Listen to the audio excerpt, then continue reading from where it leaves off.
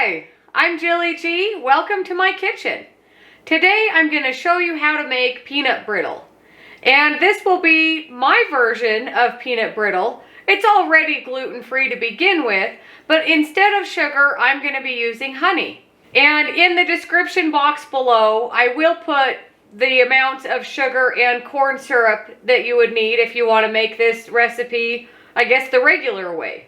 And really not very many ingredients go into this recipe at all. I've got 1 cup of butter. I've got 3 cups of peanuts. I've got 1 teaspoon of baking soda. I've got 1.5 cups of honey and 1/2 cup of water. As for the peanuts, this actually doesn't even have to be a peanut brittle. You could make this almond brittle, cashew brittle, whatever kind of nuts you like. You could even use a combination of nuts. I especially like to use roasted salted peanuts. I think the salt adds a little bit of extra flavor to go with the sweet honey brittle flavor. If brittle's even a flavor, brittle's more of a texture. I've also come across recipes that you want to use raw nuts because they will cook a little bit during the cooking process. But I've never found that to be an issue. So my choice is roasted salted peanuts. My particular brand of peanuts, if I can find it, I'll put it in the description box below. But they are roasted in a little bit of oil. Again, I don't notice that it makes a difference with my recipe, but if you wanted to use a dry roasted peanut, do that. So I've got 2 large cookie sheets here, and I do have them buttered. I also have them on hot pads. I just find that it's best because I'm going to be pouring a really hot liquid into them, and then it's not super hot on my countertop. And then also, it kind of helps them to not slide around so much. So whenever you're going to make candy, you always want to have everything ready. Once the candy is ready, you have to be ready. You don't want it to burn. You don't want it to harden up before you're ready for it to. There's kind of things that you need to happen pretty quickly. So it's always best to just have everything ready.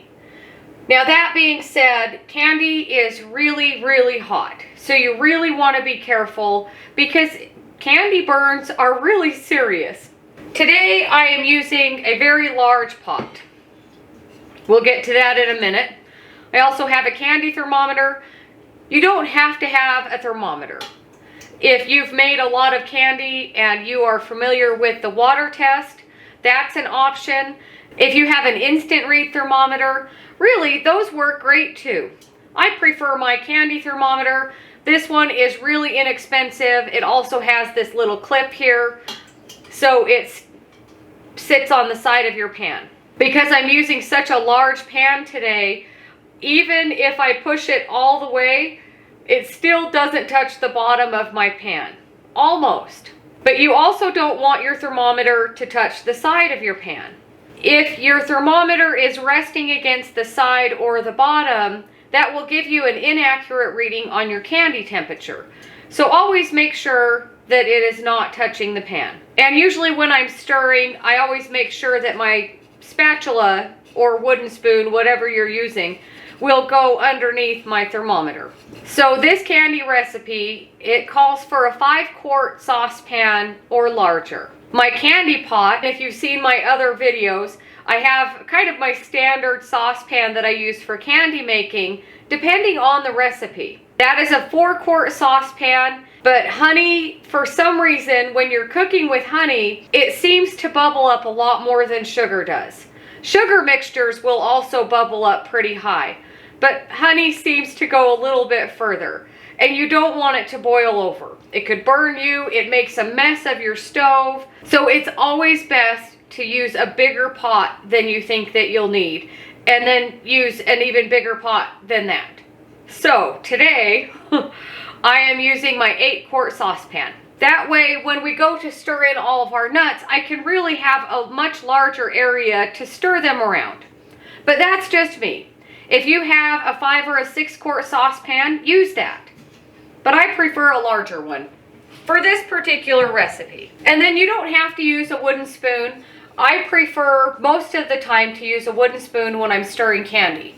For some reason, I feel that I can feel what's happening on the bottom of the pan a little bit easier than if I used a metal spoon or even a spatula.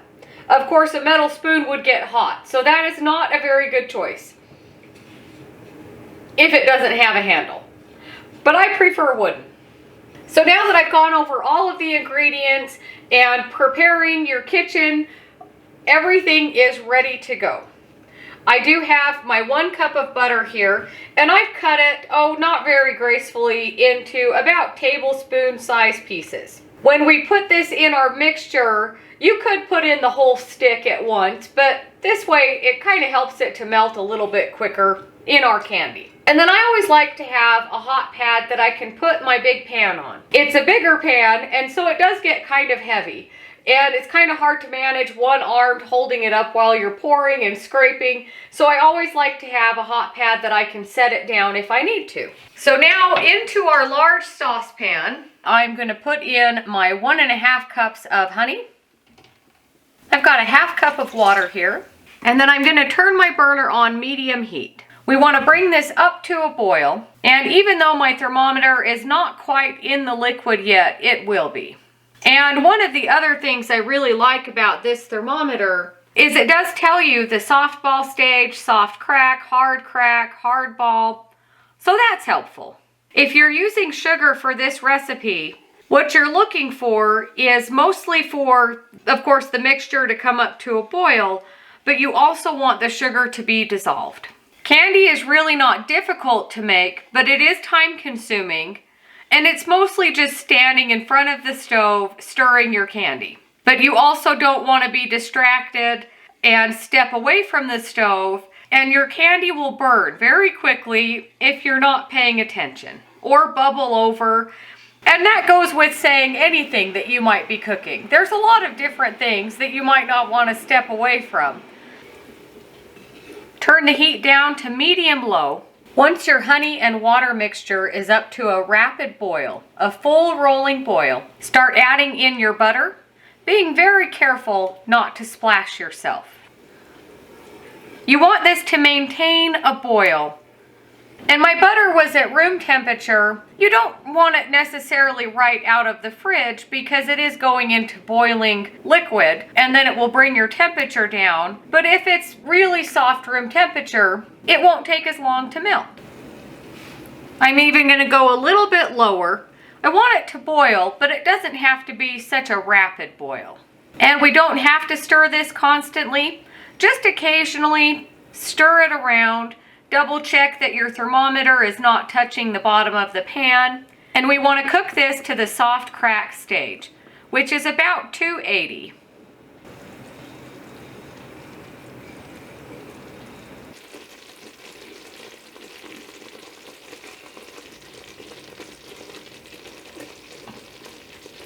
I haven't been stirring this the entire time. One thing that's nice about peanut brittle is you can walk away from the pan. Not for a really long time, but you don't have to stir it constantly. Just frequently. At least up to this point. Once you've reached the soft crack stage, I'm going to dump in my peanuts very carefully. And you don't want to vigorously stir this. You do want them to get mixed in, but you don't want to slosh your hot sugar mixture all over the place. Once I add in the peanuts, I do stir it a little more frequently, just so they don't get stuck together or anything like that. I've never had any burn, but I just stir it a little more frequently just to make sure it doesn't burn. And as you can see, it did bring down our boil. So now we want this to go back up to a boil, and then we'll go to the hard crack stage. I don't want to turn the heat up. I just want this to gradually come back up to a boil. And if I stop stirring, you can see that it doesn't take very long to come back up to a boil. It kind of looks like baked beans. Once you reach 300 degrees, which is the hard crack stage, we're going to take it off of the heat. And I just move it over onto my hot pad. Take out the thermometer And this is where we add in our 1 teaspoon of baking soda. And then you really want to stir it around. Make sure that baking soda gets mixed in really good. And you can see it foams up.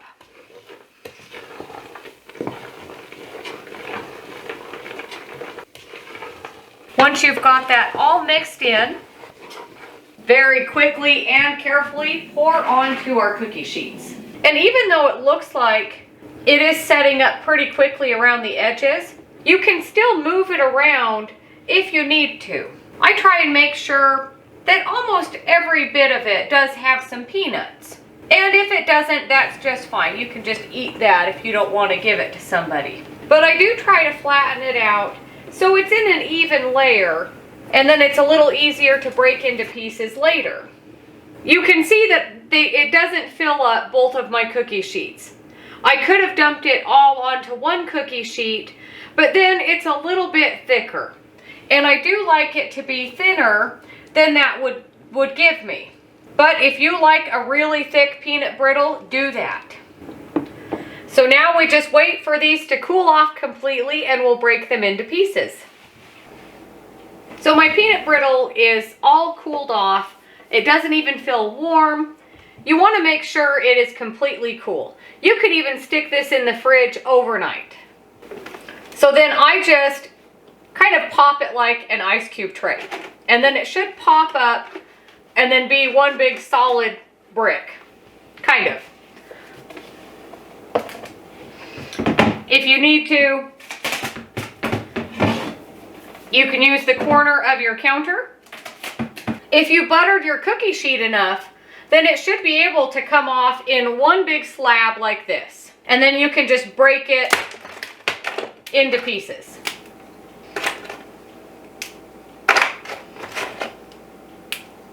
And then however big a piece is that you want it to be in.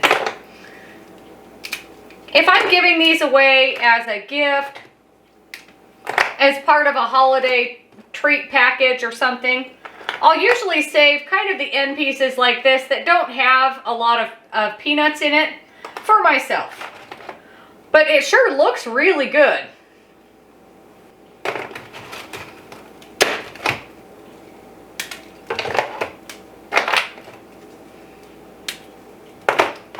So for candy like this, I always store it in an airtight container.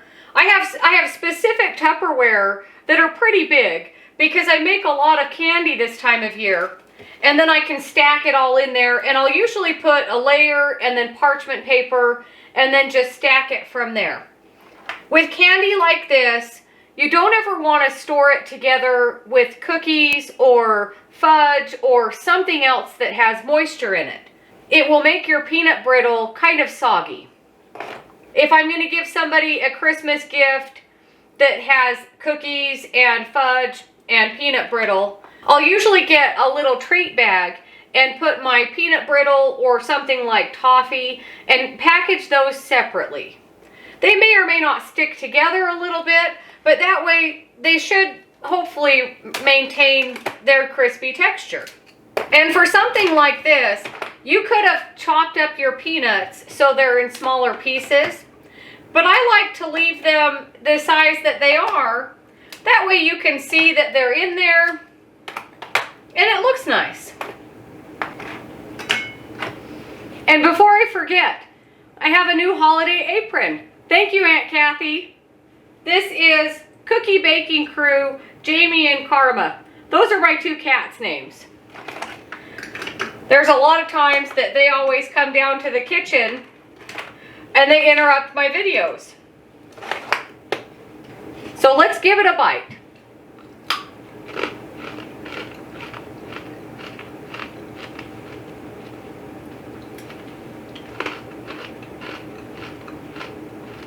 That is so good.